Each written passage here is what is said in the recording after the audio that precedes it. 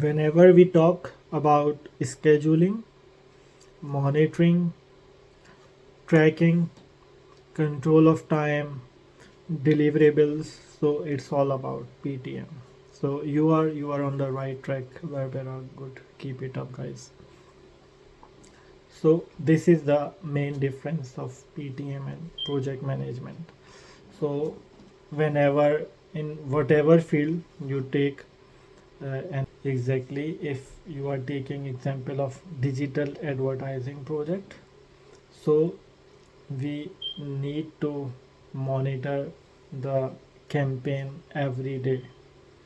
For example, if we are posting on social media, so we posting social media post daily at the particular time, and are we getting the results or not?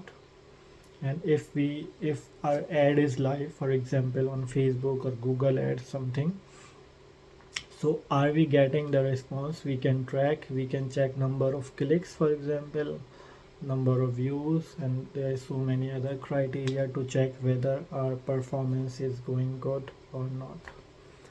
So in this way we can track the things.